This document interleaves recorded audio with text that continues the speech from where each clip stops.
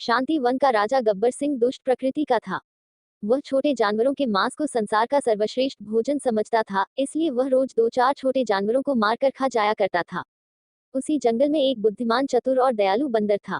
जंगल के सभी जानवर उसे भोलू बंदर के नाम से पुकारते थे। छोटे जानवरों की घटती संख्या को देखकर उसे चिंता हुई। वह दुष्ट राजा गब्बर सिंह से जानवरों को छुटकारा दिलाने का उपाय सोचने लगा।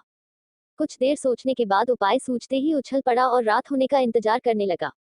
इधर रात होते ही गब्बर सिंह शिकार की खोज में निकल पड़ा।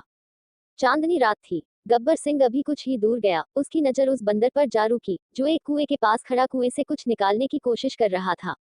गब्बर सिंह को उस बंदर की हरकतों पर आश्चर्य हुआ। उसके करीब पहुंचकर वह ऊंची आवाज में बोला, ए नादान बंदर, यह क्या कर रहे हो? जी, कुछ नहीं महाराज, बंदर ने घबराते हुए जवाब दिया। कुछ नहीं? गब्बर सिंह ने देखते हुए फिर पूछा, तुम कुएं से कुछ निकालने की कोशिश कर रहे हो और कहते हो कि कुछ नहीं? सच सच बता, वरना तुम्हें जिंदा नहीं छोड़ूंगा, बंदर ने घबराते हुए जवाब दिया। बात यह है कि पड़ोसी जंगल के वैज्ञानिकों के अनुसार संसार का सबसे स्वादिष्ट भोजन चांद है। उस जंगल का राजा इस स्वादिष्ट भोजन के पाने की चेष्टा में है। मैंने सोचा क्यों न मैं ही इसे चखूं। इसलिए मैंने आकाश में 3 छलांगे लगाई। तीसरी छलांग में चांद मेरे हाथ में आ गया, पर वह इतना चिकना था कि हाथ से फिसल कर इस कुएं में गिर गया। मैं उसी को निकाल रहा था। बंदर की बातें सुनकर गब्बर सिंह ने आश्चर्य से कुएं में झांका और फिर आकाश की तरफ देखा तथा घूरते हुए बंदर की तरफ देखकर गरजा, तुम मुझे बेवकूफ बना रहे हो।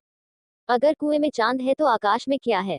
आकाश की ओर इशारा करते हुए बंदर ने कहा, महाराज, आकाश का चांद नकली है। मैंने उसे इसलिए लगाया है कि कोई मेरी चोरी न पकड़ ले। बंदर की इन बातों ने गब्बर सिंह को प्रभावित किया। वह मुस्कुरा कर बोला, ए बंदर, तुम बहुत बुद्धिमान हो। मैं तुम्हें अपना महामंत्री बनाऊंगा।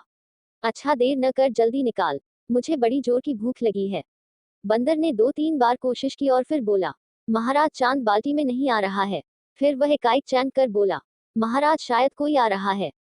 गब्बर सिंह के कान खड़े हो गए झाड़ियों की खरखराहट से। बंदर फिर तुरंत बोला, महाराज, यदि चोरी पकड़ी गई तो बहुत बदनामी होगी आपकी। गब्बर सिंह ने तुरंत पूछा, फिर क्या किया जाए?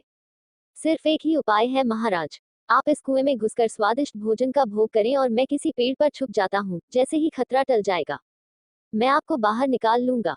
जल्दी कीजिए महाराज, कोई एकदम करीब आ पहुंचे। बंदर कहते हुए एक पेड़ पर चढ़ गया।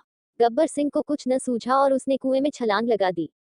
उसके छलांग लगाते ही पास की झाड़ियों में छुपे छोटे जानवर बाहर निकलकर खुशी से चिल्ला उठे, भोलू बंदर की जय, भोलू बंदर की जय।